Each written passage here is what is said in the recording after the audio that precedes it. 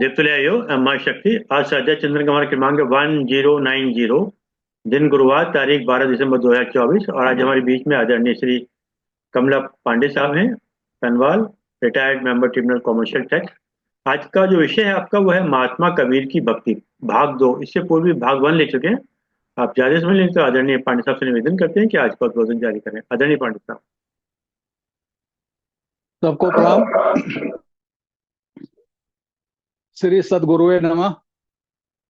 प्रारंभ करता हूं महात्मा कबीर की एक बड़ी गूढ़ साखी से, जो आज बहुत ही प्रासंगिक हो गई है।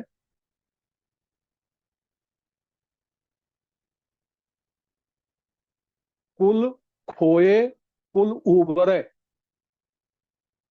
कुल राखे कुल जाए, राम निकुल कुल भेंट ले, सब घट रहा समाए। अगर आप अपने कुल की रक्षा करोगे तो कुल चला जाए। अगर आप कुल खोगे, कुल की परवाह नहीं करोगे, तो सब कुल आ जाएगा। राम जो घट घट में समाया हुआ है और जिसका कोई कुल है ही नहीं, उसको भेंटो, कुल लिए क्या दौड़ रहे। तो प्रारंभ करते हैं वार्ता कबीर की भक्त पर। एक भाग पहले हो चुका है, जिसमें हम लोग यहां तक पहुंचे थे कि भक्त क्या है, भक्त क्या है। और हमने यह बताने का प्रयत्न किया था, निर्गुण सगुण आकार निराकार भक्ति का इतिहास बताने का प्रयास किया था। उसी क्रम में हम लोग यहां तक आए थे कि कबीर सूफी नहीं थे। भक्त के कई प्रकार होते हैं, उसमें सूफी भक्त भी होते हैं। क्योंकि कबीर मुसलमान थे और कबीर की बात लोगों की समझ में नहीं आ रही थी, इसलिए लोगों ने कबीर को विदेशी परंपरा का साधक बता दिया। और फिर बात चल निकली कि कबीर सूफी थे। लेकिन सूफियों के 4 आयाम में से कोई आयाम कबीर में नहीं है, आज भी नहीं है, पहले भी नहीं था, और कोई दिखा नहीं सकता चारों में से कोई आयाम। 4 आयाम में से 2 आयाम होते हैं, एक मार्फत और एक हकीकत। वो सब में है। वो क्रिश्चियनिटी में भी है, सनातन में भी है, सब में है। मार्फत माने शरणागत और हकीकत माने सच्चाई, ये सब में है। बाकी शरीयत और तरीकत ये कबीर में कहीं नहीं है। वो तरीकत के ही विरोधी है। कबीर का पहला विरोध शरीयत पे है। शरीयत का मतलब नियम कानून। चाहे हमारे शास्त्र हों वो भी शरीयत हैं, मुसलमानों के जो शास्त्र वो भी शरीयत हैं, क्रिश्चियनों के जो गॉस्पेल हैं वो शरीयत है। शरीयत तो नाम है, शरीयत का मतलब नियम कानून मनुस्मृति वगैरह, ये शरीयत है। तो कबीर पहले तो चिढ़ते हैं शरीयत से और सबसे ज्यादा चिढ़ते हैं तरीकत से। तो उनमें सूफी नहीं है। खैर ये बात हो चुकी थी। अब मैं प्रारंभ करना चाहता हूं अगला सोपान। एक कहावत है, कवियों ने कोट भी किया है, सारद कहे न आवे अंतु। किसी किसी चीज जो बहुत विस्तृत होता है उसके बारे में कह दिया जाता है कि शारदा कहे तो भी इसका अंत नहीं होगा, गणेश जी कहें तो भी अंत नहीं होगा। कबीर का पूरा जीवन विवादित है। कबीर ने जो कुछ कहा सुना सब विवादित है। कबीर के बारे में जो व्याख्याएं अब तक की गई वो सब विवादित हैं। विवाद के अलावा कबीर में कुछ है ही नहीं। तो जब विवाद ही विवाद है तो इसका अंत कहां से होगा? इसका अंत नहीं होगा। इसका अंत एक ही तरह से हो सकता है कि हम श्रद्धा रखते हुए निरपेक्षता से नेत नेत पर विचार करें, नेत नेत की तरह विचार करें। ये नहीं है, ये नहीं है, ये नहीं है, ये नहीं है कहते हुए हम वहां पहुंचे जो है। क्योंकि जैसे ही हम कह देते हैं नेति, तैसे ही सीमा कम हो जाती। फिर कहा नेत, तो सीमा और कम हो जाती है। एक और उदाहरण देना चाहूंगा। कोई पहेली बुझाई जाती है, जब हम उसको बूझ नहीं पाते हैं तो बुझाने वाले से कहते हैं जरा नियराई दो। फिर वो कहता है, नियराई देता है कि ये अब सीमित हो गया, विकल्प कम हो गए, अब उसमें हमारे लिए खोजना आसान हो गया। तो आइए हम कबीर की भक्ति को खोजने के लिए इसी तरह से विकल्पों को ना करते हुए विकल्पों की तरफ बढ़े, और वो भी कबीर की ही भाषा में।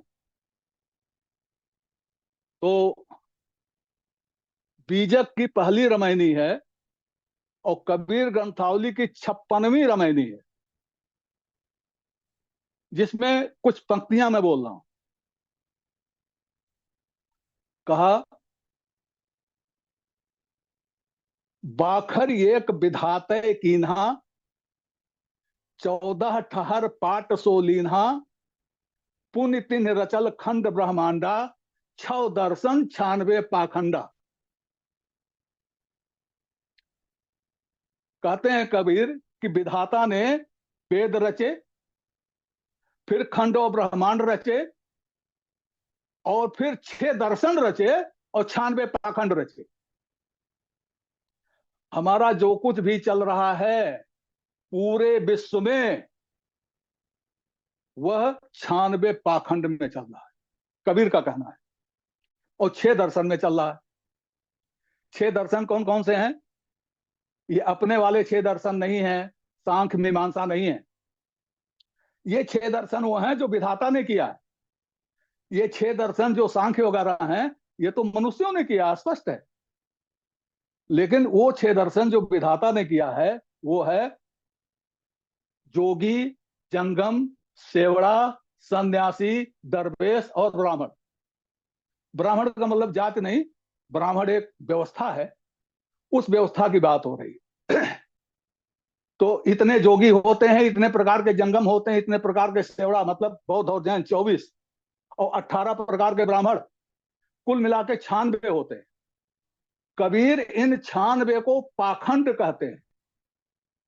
फिर भाई जी, विद्वान गण, हमारे कबीर के प्रेमी लोग, या कबीर के सिरघड़ा करने वाले लोग, आप कबीर को इन 96 में क्यों खोजते हो?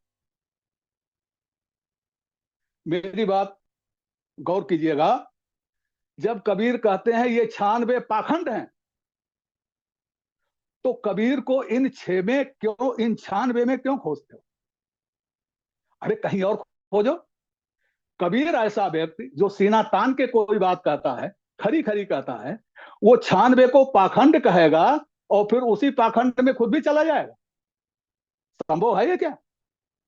या तो साबित करो कि कबीर झूठ बोलता है, ये यहां पाया गया है, और नहीं तो उसकी बात मानो, वो 96 में नहीं है। तो उसकी भक्ति जोगी वाली नहीं है, उसकी भक्ति जेवड़ा सेवड़ा वाली नहीं है, उसकी भक्ति जंगम वाली नहीं है, उसकी भक्ति ब्राह्मण वाली नहीं है, उसकी भक्ति सन्यास वाली नहीं है। इतना तो क्लियर हो गया। अब जोगी में 2 होते हैं, एक नाथ होते हैं, एक सिद्ध होते हैं। तो न वो नाथ हैं न वो सिद्ध हैं।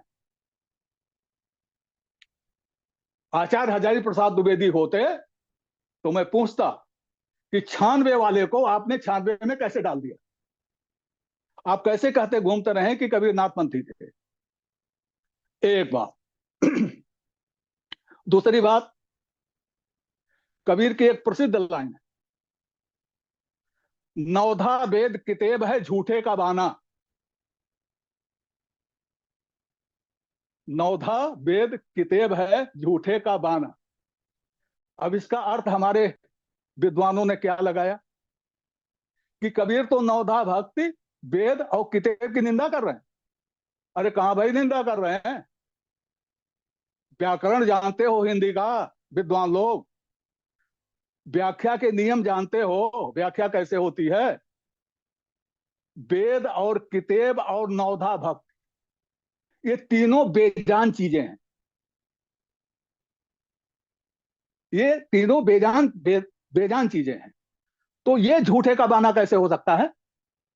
झूठे का बाना तो वह है जो इनको पहने हुए झूठ बोलता है, जो नौधा भक्त की का आडंबर पालता है, जो वेद का आडंबर पालता है, जो किताब किताब का मतलब कुरान और शरीयत वगैरह का आडंबर पालता है, उसको उसको जो है कबीर जो है झूठा कहते हैं। वेद किताब को झूठा नहीं कहते। ना नौधा भक्ति झूठी है, भक्ति तो भक्ति है, झूठी हो नहीं सकती। कबीर माने या ना माने, वेद ज्ञान है, वो झूठे नहीं हो सकते। किताब वो ज्ञान है, झूठा नहीं हो सकता। उसको जिस तरह से पेश किया जाता है वो झूठा है, और पेश करने वाले झूठे, कबीर ये कहते हैं। अब उससे भी गए कबीर, उसमें भी आप मत खोजिए। और अभी मैंने व्याख्या के नियम की बात करी। पहली ही रमैनी का साखी है, दोहा है, उसको ध्यान से सुनिएगा। कहे कबीर पुकार के ई ले ऊ व्यवहार, राम नाम जाने बिना भव बूढ़ मुआ संसार।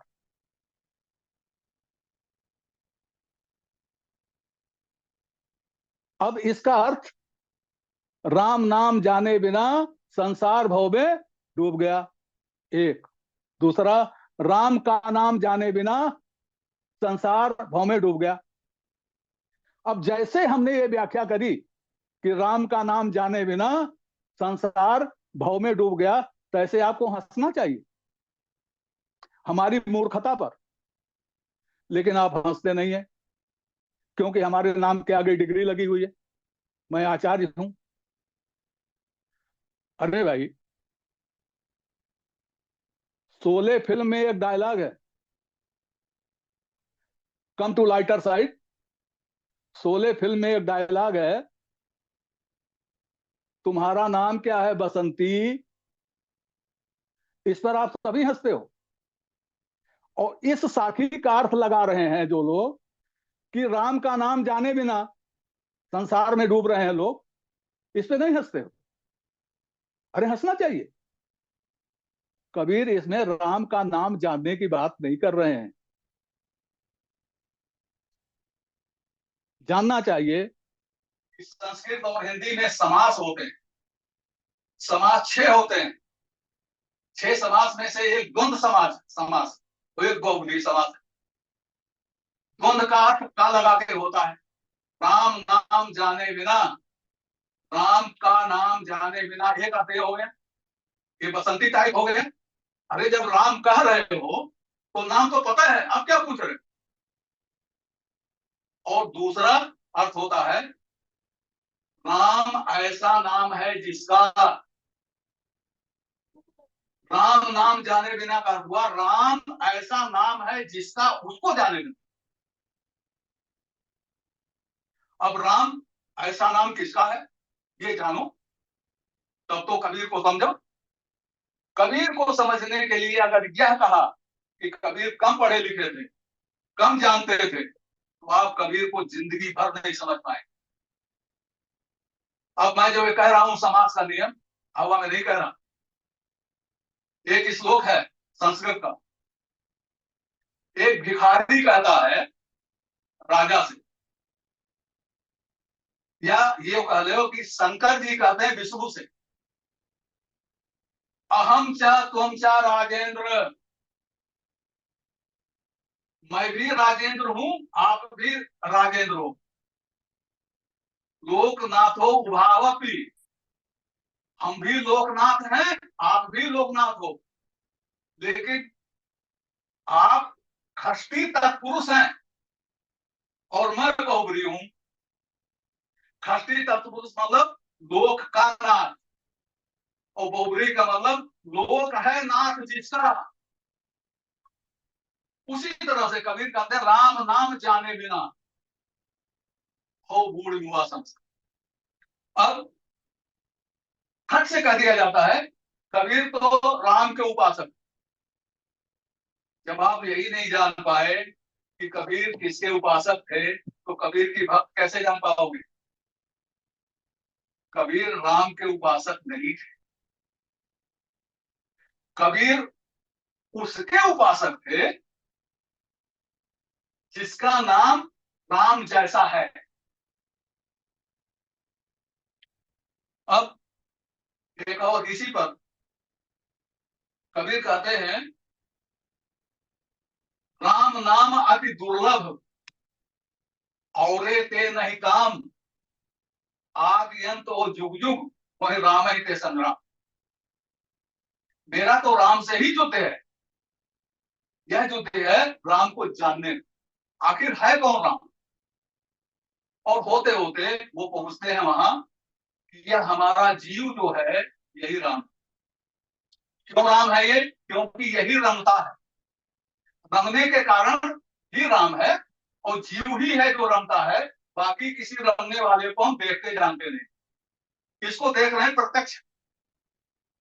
तो कबीर जीव के उपासक है, और उपासक नहीं है, वो भक्ति नहीं करते, वो जीव के अनुरागी, वो जीव से प्रेम करते, वो जीव की खोज करते, वो जीव को देखना चाहते, वो अपने को दिखाना चाहते, वो जीव से वार्ता करते हैं, जीव की सुनते हैं, जीव की मानते हैं।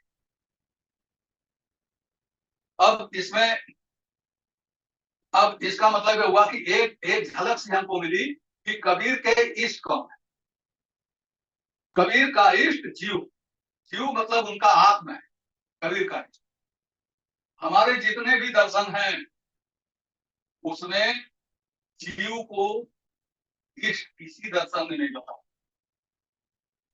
मैं एक गहरी बात कहने जा रहा हूं।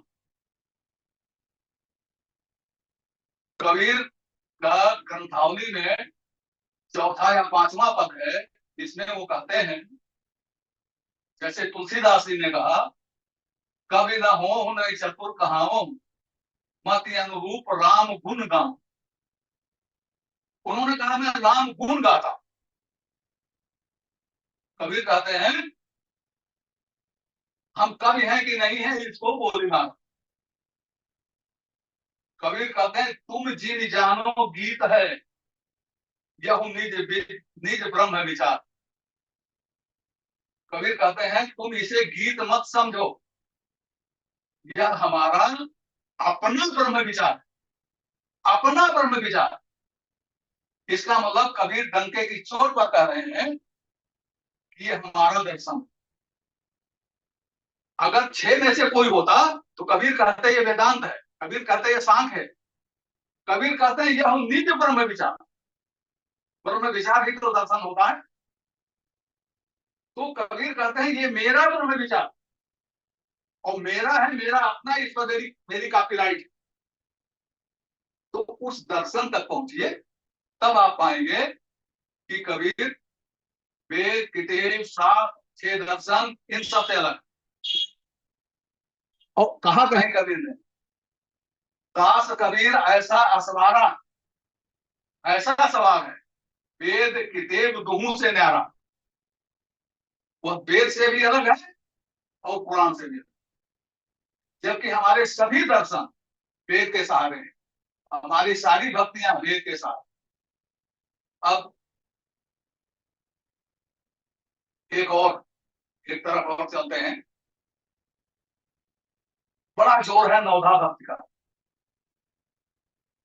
हमारा पूरा देश और विदेश सब नवधा भक्ति में जकड़े हुए।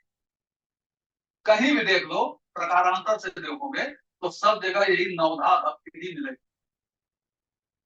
नवधा भक्ति क्या है? पूरा तरीकत है। तरीकत कैसे करो, कैसे करो, तरीकत माने तरीका, कैसे किया जाए, व्यवहार। तो नवधा भक्ति क्या है? भक्ति का व्यवहार। नवधा भक्ति शास्त्रों में जो बताई गई है वो कुछ अलग है, और वो स्वामी तुलसीदास ने जो बताया है वो कुछ अलग है। ये नवधा भक्ति देख लें क्या क्या है। शास्त्रों के अनुसार श्रवण मतलब किसी की कहानी सुनना, कीर्तन, कीर्तन गाना, स्मरण, चरण सेवा, अर्चन, बंधन, सख्य मतलब मित्रता वाला, दास्य दासता वाला, और आत्मनिवेदन, ये 9 प्रकार की भक्तियां हैं। 9 प्रकार में से कोई एक भी प्रकार कोई करेगा तो तर जाए। और हम 9 में से एक नहीं, हम 9 में से 9 करते। पूरा सब समाज 9 में से 9 करता। ये है शास्त्रोक्त नवधारा।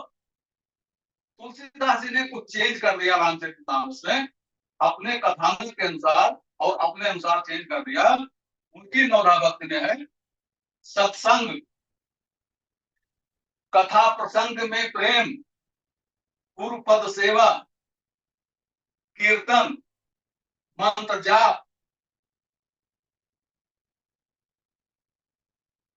समदृष्टि, संतोष, सरलता। ये तुलसीदास से थोड़ा सा अंतर है, लेकिन कुल मिला के अगर डिस्कस करेंगे तो एक ही पहुंचेगा, लेकिन थोड़ा सा अंतर दिखाएगा। इनमें से कबीर के पास 2 हैं, 9 में से एक ही काफी, एक ही होते होती तो नवधा वाले हो जाते। 2 हैं फिर भी नवधा वाले नहीं। क्यों? उनका जो श्रवण है वह किसी की कथा सुनने का नहीं। उनका श्रवण जो है वो है घट घट वाणी बूझ, वह अपने आत्म की सुनने वाले। और लोगों से कहते हैं कि अपने आत्म की सुनो, अपने स्वरूप की सुनो, अपने जीव की सुनो, बाकी कुछ नहीं सुनना हो। वो और सुनने वाले नहीं है, बूझ वाले, घट घट वाणी बूझ। और उनका स्मरण जो है आनंद कोष की वस्तु। उनका स्मरण किसी की याद करना नहीं है, उनका स्मरण आनंद कोष की वस्तु है, उसी में रम जाना।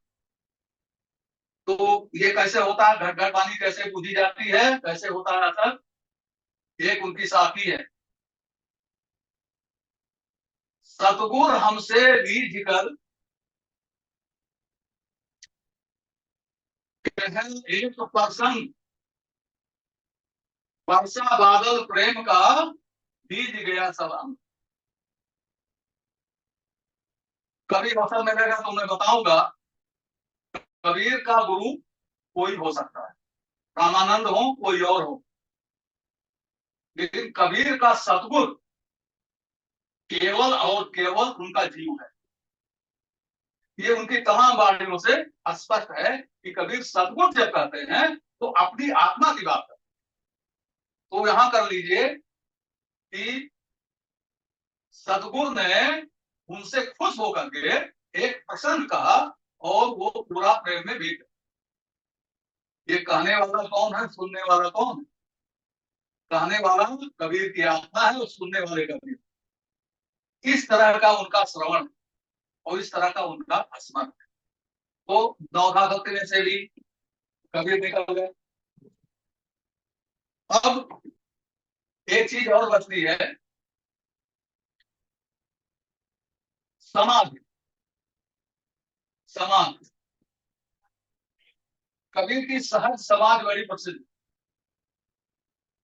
सहज समाज बड़ी बड़ी प्रसिद्ध।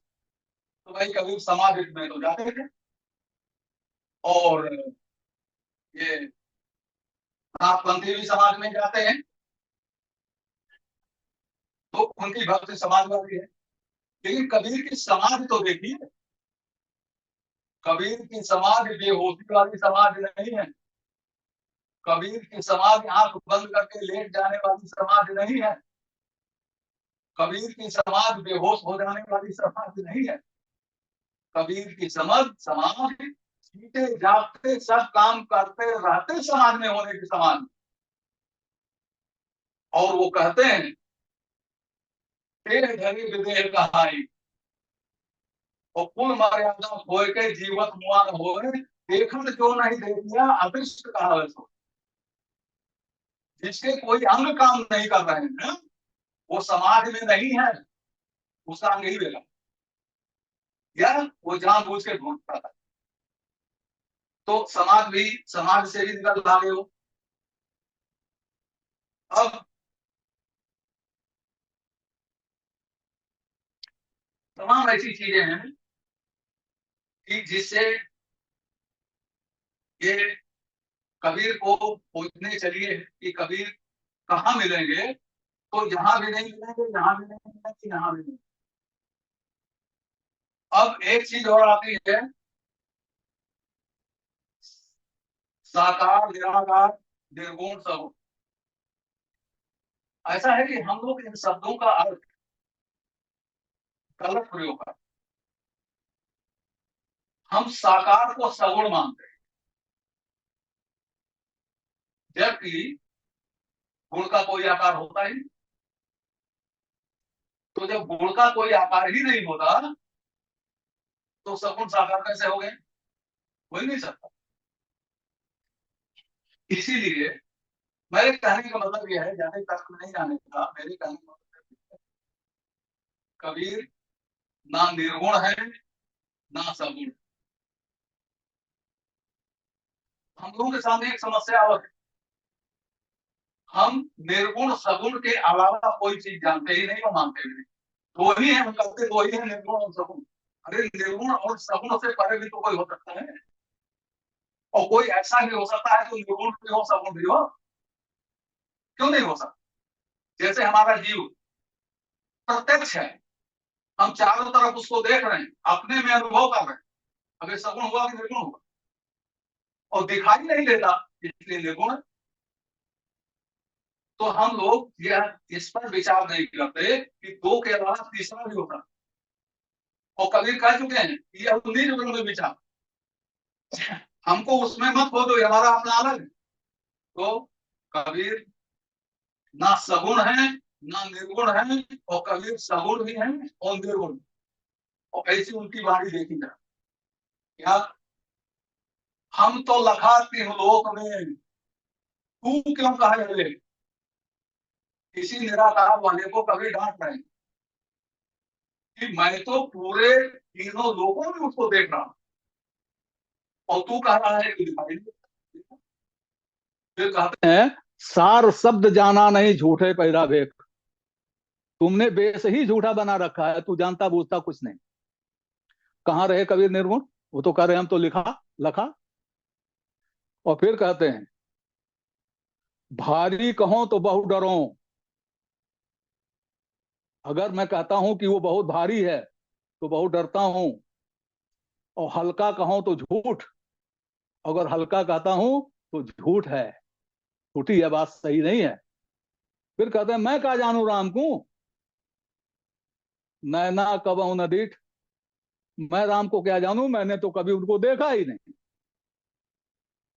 अब ये कौन सी हुई, निर्गुण हुआ कि सगुण हुआ? तो ये निर्गुण सगुण नवधा इन सब से परे, हाँ एक चीज जरूर दिखाई देती है कबीर में, भक्त की। कबीर मध्य मार्गी है, ये स्पष्ट दिखाई देता है। कबीर की भक्ति मध्य मार्गी है, ना ज्यादा इधर ना ज्यादा उधर, बीच का रास्ता। एक ऐसी जगह कबीर खड़े हैं जहां से वो सबको बराबर दूरी से देख रहे हैं। ये सर्किल का केंद्र नहीं है, ये स्फीयर का केंद्र है जहां कबीर खड़े हैं। वहां से सबको एक समान देख रहे हैं और सबसे समान दूरी बना करके चल रहे हैं। कबीर ग्रंथावली में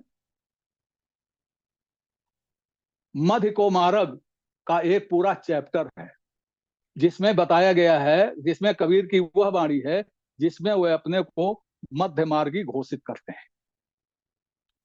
तो कबीर की भक्ति जो है वो मध्य मार्गी है। इष्ट तो एक तरह से स्पष्ट हो गया कि उनका इष्ट जो है वो उनका जीव है। और भी जीव के बारे में और बताऊंगा कि वो क्या कर रहे हैं और कहां पहुंचा रहे हैं हमको।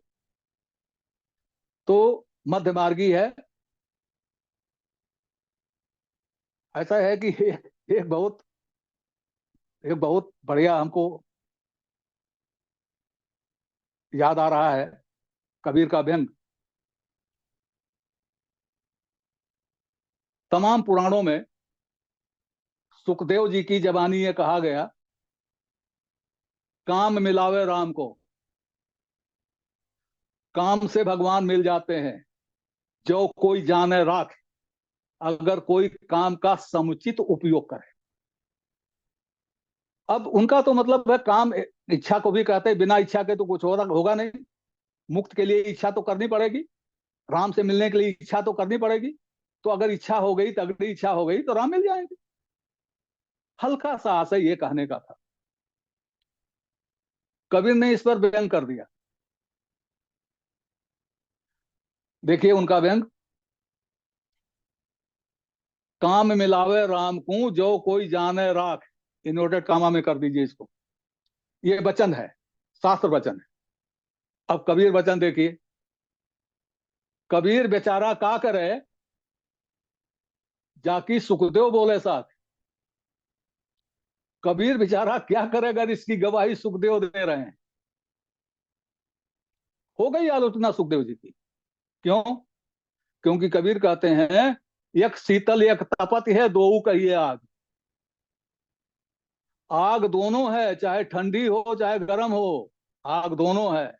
उसी तरह से काम गर्म है, ठंडा दिखे चाहे जैसा दिखे, है गर्म, इसलिए बचे रहो इससे। तो मध्य मार्ग उनका है, ना शीतल और ना गर्म, बीच में रहो। ना अति धूप ना अति छांव, बीच में रहो। ना ज्यादा बोलो ना ज्यादा चुप रहो, बीच में रहो। और बहुत बढ़िया एग्जाम्पल दिया अपने एक कहरा में। उन्होंने मछली मारने का हो रहा है खेल, लोग मछलियां मार रहे हैं। मान लीजिए संत लोग हैं, सत्य की तलाश में हैं। तो कोई किनारे किनारे ढूंढ रहा है, कोई बीच में जा रहा है, किसी के पास साधन है, जाल है, किसी के पास डंडा है, शिकार कर रहे हैं मछली। कबीर कहते हैं, एक शिकार का साधन होता है जिसको पेलना बोलते हैं। वो मछली के शिकार वाले जानते होंगे। बटाए होता है, जाल होता है, उसी में पेलना भी होता है। कबीर कहते हैं, पेलना अछत चल बौरे, तीर तीर का टो रे। किनारे किनारे क्या टोए रहे हो, अरे चलो अंदर घुसो। फिर कहते हैं, उथले ही रहे हो परे जन गहिरे। उथले में ही रहना, गहरे में मत जाना। हाथों की जिन खो रे, नहीं तो जो हाथ में है वो भी चला जाएगा। मछली लोग झोले में लेकर के पकड़ पकड़ के रखते हैं झोले में, और पकड़ते रहते हैं। अब उसमें गहरे पानी में चले गए, झोला पानी में चला गया, तो मछलियां झोले में से निकल के बाहर चली जाएंगी। तो इस तरह से कई उनका मध्य मार्ग के कई, एकदम से मध्य मार्ग की, ज्यादा इधर नहीं ज्यादा उधर नहीं। और इसी नाते हमारी गीता जो है, गीता, श्रीमद् भगवत गीता मध्य मार्गी ग्रंथ है। और इस नाते मैंने देखा है कि गीता की तमाम वाणियां, गीता के तमाम मंत्रों का कबीर ने अनुसरण किया है।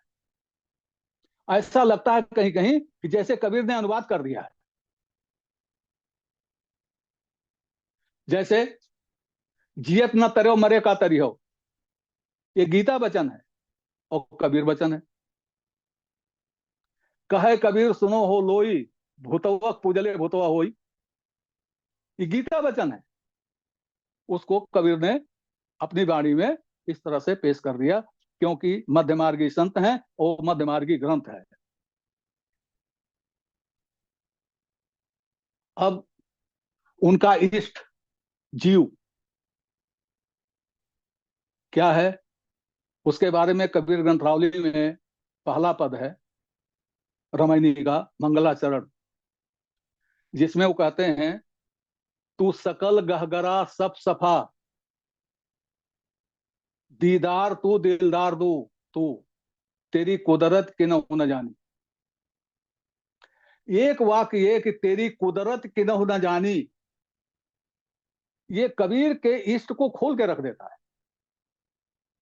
कहते हैं, तू सकल गहगरा, सबको धारण किए हुए, हमको कौन धारण किए हुए है? कौन नहीं रहेगा तो हम नहीं रहेंगे? जीव। यही जीव सबको धारण किए हुए है, जितने जीव हैं दुनिया में सबको यही जीव धारण किए हुए है। गहगरा, सकल गहगरा, सब सफा, बिल्कुल साफ है, बेदाग है। अब गीता देखिए आप, गीता में कृष्ण भगवान कहते हैं कि मैं प्रकृति में बीजारोपण करता हूं पुरुष का, और यह पुरुष मेरी ही तरह निर्लिप्त है। जैसे मैं निर्लिप्त हूं वैसे यह पुरुष भी निर्लिप्त है। तो जीव क्या है? निर्लिप्त है, सब सफा, और दीदार और दिलदार। ये क्या है? दृष्टा, अनुमंता और भोक्ता। जो अपने यहां है ब्रह्म के बारे में, ब्रह्म के तीन काम बताए जाते हैं, तीन गुण बताए जाते हैं। वो दृष्टा है, अनुमंता है और भोक्ता है। ये जीव के गुण हैं। वो दृष्टा है, अनुमंता है, भोक्ता है, स्वयं कुछ नहीं करता, वो लिप्त नहीं है और निरंजन है। और फिर कहते हैं तेरी कुदरत कि न होना जानी। भगवान के बारे में तो लोग तमाम इतनी मोटी मोटी कहानियों किताब लिख गए हैं भगवान के बारे में, भगवान ऐसा, भगवान वैसा, ब्रह्म ऐसा, ब्रह्म वैसा, इतनी मोटी मोटी कहानियां हैं, सब जानते हैं। जीव के बारे में, जीव की कुदरत, जीव का स्वभाव कोई नहीं जान पाया आज तक। मैं स्वयं अपने जीव का स्वभाव नहीं जान पाया, कोई स्वयं अपने जीव का स्वभाव नहीं जान पाया, दूसरे के जीव का स्वभाव क्या जाने। तो ये, और पहली ही रामायणी में कबीर ने कहा, हम ईस्ट के बारे में ज्यादा बात इसलिए कर रहे हैं कि ईस्ट को समझ लेंगे तो कबीर की भक्ति खट से समझ में आ जाएगी। तो मैं अभी तक ईस्ट के बारे में बात कर रहा हूं, कबीर का ईस्ट कौन है? तो एक आया राम, लेकिन राम डिराइव्ड अर्थ है ईस्ट का, कबीर के ईस्ट का। कबीर के ईस्ट का नाम है जीव, और डिराइव करके उसको राम कहा जाता है, क्योंकि रमता है, रमने के नाते उसको राम कहा जाता है। तो पहली रामायणी में ही आया, एक जीव कित कहो बखानी, अविगत की गति काहू न जानी, एक जीव कित कहो बखानी। कुछ लोग कहते हैं कि यहाँ जीव नहीं है, जीव है पाठ में। ठीक है, मान लिया। अब खट से अगली रामायणी पे आ जाइए। अगली रामायणी में क्या करेंगे पाठ भेद वाले? अगली रामायणी शुरू होती है, जीव रूप एक अंतरवासा, अंतर ज्योति कीन प्रकाशा, इच्छा रूप नारी अवतरी, तासु नाम गायत्री धरी, तही नारी के पुत्र तीन भायु, ब्रह्मा विष्णु महेश्वर नाम। अब जीव क्या हो गया? अब तो जीव सबका सृष्टा हो ही गया। तो यही जीव जो है, जिसने अंतर्ज्योत प्रकाशित कर रखी है, जिसकी अंतर्ज्योत से हम चल रहे हैं, जिसने इच्छा प्रकाशित कर रखी है, वही जीव कबीर का इष्ट है। और मैंने बताया उनका सतगुर यही जीव है। सबका सतगुर जीव ही है, कोई माने या ना माने, कोई अपने सतगुर की बात माने ना माने, लेकिन जीव ही है। एक चौपाई है कबीर की, मानुष बड़ा बड़ा हो आया, एक पंडित सबे पढ़ाया। सबको पढ़ाने वाला पंडित एक ही है। और वो कौन पंडित है जो सबको पढ़ाता? किसी को वशिष्ठ ने पढ़ाया, किसी को विश्वामित्र ने पढ़ाया, किसी ने पढ़ाया, लेकिन ये जीव पंडित जो है ये तो सबको पढ़ाता है। हमको भी पढ़ाता है, आपको भी पढ़ाता है, चोर को भी पढ़ाता है, बेईमान को भी पढ़ाता है, साधु को भी पढ़ा, सबको पढ़ाता है। यही एक पंडित है जो सबको पढ़ाता है, बाकी तो किसी को पढ़ाता है। अब एक क्लास में टीचर होता है, पढ़ाता एक समान है, कोई फर्स्ट आता है, कोई थर्ड आता है। जिसने इसकी बात मान ली, इसके बताए पे चला, वो फर्स्ट क्लास पास हुआ, नहीं बताए चला फेल हो गया। और ये तो दृष्टा मात्र है, तो कुछ करेगा नहीं, कान पकड़ के झापड़ नहीं मारेगा ये लड़के को, वो तो बताएगा बस। तो और उनका सदगुरु जीव कैसे है? कई जगह है, कहा कोट जन्म तक गुरु गुरु कीन्हा, सतगुर तबे घटाना। करोड़ों जन्मों तक मैं गुरु गुरु करता रहा, तब जाके सतगुर से भेंट हुई है। ये क्या सतगुरु रामानंद थे?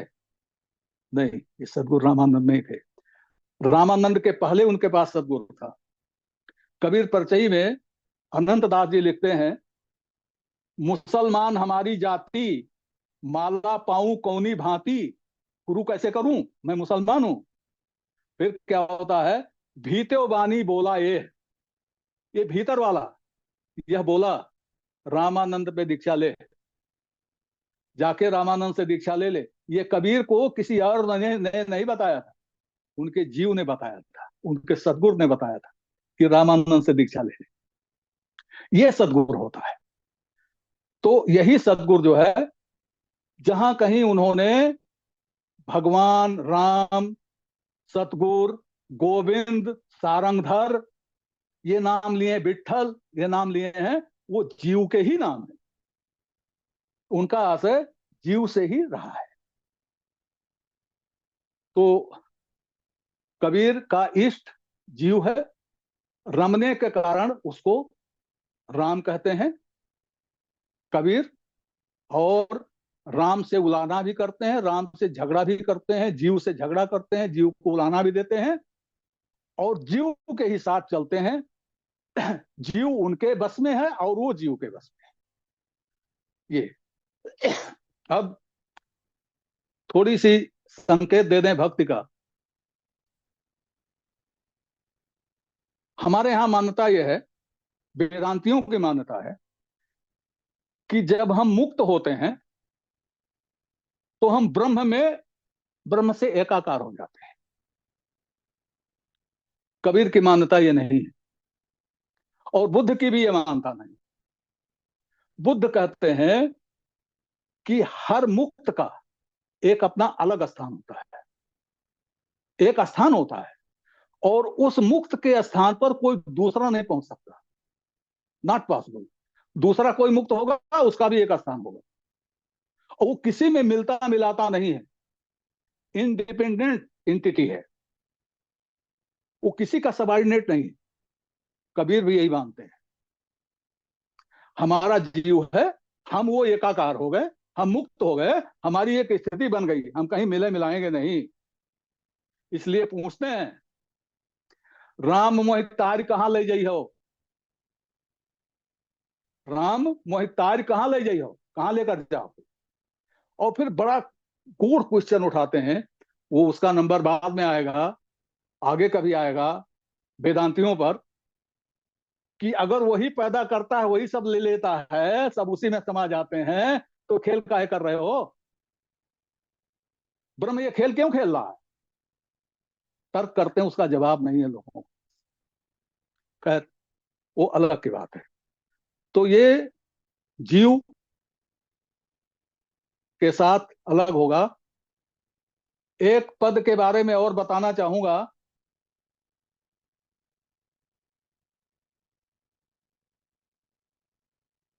आचार्य द्विवेदी जी ने कबीर को नाथपंथी सिद्ध करते समय शायद पहला पद जो उन्होंने अपने फेवर में कोट किया है, उसको नाथपंथी बताया है। उस पद में अवधूत शब्द को छोड़ करके कोई शब्द नाथ पंथ का नहीं है। ये मेरा दावा है, चैलेंज है। कोई भी प्रतीकात्मक शब्द नाथ पंथ का नहीं है। सभी शब्द जो है वेदांत के और वैष्णवों के हैं, नाथ पंथ का कोई नहीं है। केवल अवधूत शब्द एक शुरू पद होता है, अवधू सो जोगी गुरु मेरा, जो या पद को करे निबेरा। हम लोग पर्वत लोग हैं, इस सेंटेंस से क्या पता चलता है? अवधू माने नाथपंथी जोगी। वो नाथपंथी जोगी को संबोधित करते कह रहे हैं कि अवधू वो जोगी गुरु मेरा, जो या पद को करे निबेरा। जो इस पद को समझे और समझाए, वही मेरा गुरु है। इसका मतलब अभी तक कबीर का गुरु कोई अवधू हुआ नहीं है। नहीं तो ऐसा ना कहते। अगर किसी अवधू को कबीर ने गुरु बना लिया होता तो कैसे कहते जो ये पद को करे निबेरा वो मेरा गुरु होगा? होगा, निबेरा करेगा तब, अभी नहीं है। एक तो इसमें नाथ पंथ कहीं नहीं है। अंतिम में कबीर दो लाइनें कहते हैं, कोई आंख बंद करके भी इसको नाथपंथी नहीं कहेगा। क्या? पंछी को खोज मीन को मारग, कहे कबीर दो भारी, अपरम पार पार पुरुषोत्तम मूरत की बलिहारी। कहां नाथपंथ है इसमें? सीधे सीधे कबीर कहते हैं कि पंछी का मार्ग और मछली का मार्ग ये खोजना बड़ा मुश्किल है। आप पंछी, गए हुए पंछी का मार्ग नहीं खोज सकते जो उड़ के चला गया, और जो तैर के चली गई मछली उसका नहीं खोज सकते। तो आप किसी का नकल करके मुक्त नहीं हो सकते कि उन्होंने ऐसा किया था हम ऐसे कर लें तो मुक्त हो जाएंगे। वो तो गया, वो किस रास्ते गया आपको मालूम नहीं है। बुद्ध को ज्ञान कब मिल गया आपको नहीं मालूम है। पीपल के पेड़ के नीचे बैठे तब वो ज्ञानी नहीं थे, और बैठ के खड़े हुए तो ज्ञानी हो गए पल भर में। ये है पंछी का खोज मीन का मार्ग। चले गए, अब तलाशते रहो। कोई पूछे बुद्ध को क्या ज्ञान मिला, क्या उत्तर दोगे? ये तो बुद्ध ही बताएंगे, बताएंगे तो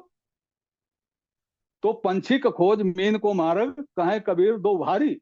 ये नाथ पंथ का नहीं है, ये हमारे यहाँ काबैल का है, ये बौद्धों का भी है, सबका है ये। मीन मार्ग और खग मार्ग, ये दो मार्ग बताए गए। और ये दीमक मार्ग है, जहां तपस्या करते करते ढूह लग जाती है। कहते हैं वो ढूह बन गए तपस्या करते करते, वाल्मीकि बन गए, वो बन गया, दीमकों ने खा लिया। ये दीमक मार्ग है, इसमें संदिग्ध होती सफलता नहीं मिलती। खग मार्ग में और इसमें सफलता निश्चित होती। इसीलिए कबीर कहते हैं कहे कबीर दो भारी। और कैसे मिलेगा? कहाँ है ये? अपरम पार पार पुरुषोत्तम मूरत की बलिहारी। क्या कह रहे हैं कबीर? अपरम अपार, और पार जाना जाए ना जाना जाए सब मिला के अपरम पार पार पुरुषोत्तम। वही गीता में भगवान कृष्ण ने जो बीजारोपण किया है पुरुषोत्तम का, अपरम पार पार पुरुषोत्तम मूरत की बलिहारी। उसकी मूरत कौन है? हम ही लोग हैं। जो बीजारोपण कबीर ने किया है, वो जो बीजारोपण कृष्ण ने किया प्रकृति की योनि में, वह हम ही हैं, मूर्त रूप में घूम रहे हैं। कबीर कहते हैं इस मूर्ति की बलिहारी है, इस जीवधारी की बलिहारी है, जो जीव जिसको जीव लिए घूम रहा है। इसमें नाथपंथ कहां आ गया? तो ये जीव, जीव इनका जो इष्ट है। अब जीव को टाइम का पता नहीं चल, 6:50 हो गए हैं। अब इस मूर्त की बलिहारी है। कबीर इन्हीं को कहते हैं कि हम तो लखाते हैं लोक में, तू क्यों कहे अले। अब इसकी थोड़ी देर में बता देते हैं, इसकी उपासना कबीर कैसे करते हैं। वैसे ही करते हैं जैसे आदि स्वामी शंकराचार्य ने करने को बताया है। अब यहां हम आचार्य शंकराचार्य शंकर स्वामी को ले आते हैं, जिन्होंने कहा है 100 ब्रह्माओं की उम्र तक वेद पढ़ते रहो, 100 ब्रह्माओं की उम्र तक देवताओं के लिए यज्ञ करते रहो, 100 ब्रह्माओं की उम्र तक देवताओं का भजन करते रहो, और 100 ब्रह्माओं की उम्र तक तमाम श्रेय कर्म करते रहो। बिना आत्मिक बोध के मुक्ति नहीं होगी। बिना अपनी आत्मा से अपने का एका समझे मुक्ति नहीं हो। और 100 ब्रह्मा की उम्र कितनी होती है? अंदाजा लगा लीजिए। 4 युग ब्रह्मा का एक दिन होता है, और 100 वर्ष उनकी आयु होती है। इतने दिनों तक ये सब करते रहो, मुक्ति नहीं मिले। कबीर वही वही उपासना करते हैं एका की, आत्म तत्व के पहचान की, निज स्वरूप के पहचान की, और यही उनकी भक्ति है। और फिर वही कहूंगा, सारद कहे ना आवे अंतु, अभी बाकी रह गया। कबीर नाथ मंत्री नहीं थे, ये बताना बाकी रह गया। कबीर माधुरी भक्त नहीं करते थे, ये बताना बाकी रह गया। अवसर मिलेगा तो आगे फिर कभी इस पर विचार होगा। और मैं यही कह के अपनी वाणी को विराम देता हूँ। बहुत बहुत धन्यवाद आदरणीय पांडे साहब। आज आपको जल्दी निकलना है किसी जगह, तो हम आदरणीय अशोक सेठी साहब से निवेदन करते हैं कि दो शब्द धन्यवाद कहते हैं। धन्यवाद आदरणीय अरविंद शर्मा साहब, आपने मुझे अवसर दिया। आज श्री कमलापति पांडे जी ने कबीर साहब की शिक्षाओं के बारे में अपना सत्संग के वचन बताए, हमें इससे काफ़ी लाभ हुआ। और आगे भी ये संत मत को जो कबीर साहब ने बताया है खोलेंगे और धीरे धीरे समझ में आएगा हमको भी। आज के उद्बोधन के लिए श्री कमलापति पांडे जी का बहुत बहुत धन्यवाद। धन्यवाद आदरणीय सेठी साहब, धन्यवाद आदरणीय कमलापति पांडे साहब, आपने समय निकाल समय दिया। और जूम के लोगों का विशेष रूप से धन्यवाद कि आपने समय निकाल समय दिया। और जैसा कि एक विचार के साथ और 3 बार हम साथ अपनी बात बात करते हैं, आज का विचार, दुख का मूल कारण है जो मिला है उसमें संतुष्ट न होना। दुख का मूल कारण है जो मिला है उसमें संतुष्ट न होना, और जो नहीं मिल सकता है उसे पाने के प्रयास में सुख के पलों को भी गंवा देना। बहुत बढ़िया सर, बहुत बढ़िया, बहुत बढ़िया विचार है। यानी कि जो नहीं मिल सकता उसे पाने के प्रयास में सुख के पलों को भी गंवा देना। अर्थात जो प्राप्त है वही पर्याप्त है। आइए 3 बार हम का उच्चारण करते हैं।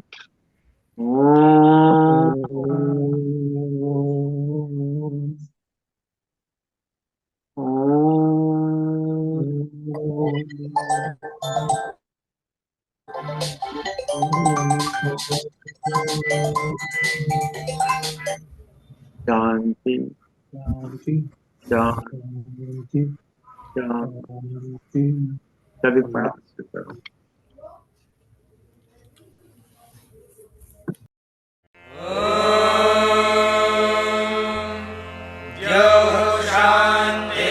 शान्तिरन्तरिक्षं शान्तिः पृथिवी शान्तिरापः शान्तिरोषधयः शान्तिः वनस्पतयः शान्तिर्विश्वे देवाः शान्तिर्ब्रह्म शान्तिः सर्वं शान्तिः शान्तिः